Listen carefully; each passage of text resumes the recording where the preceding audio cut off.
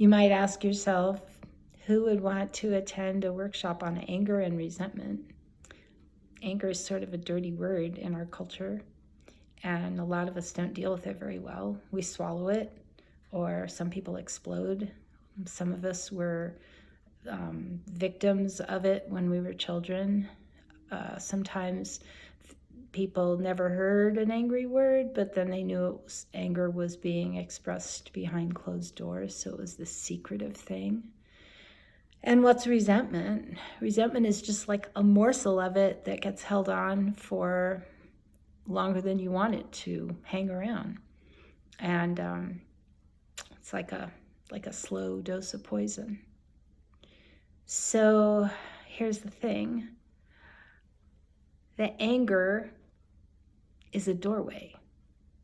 It doesn't feel like it. It doesn't feel like an opportunity.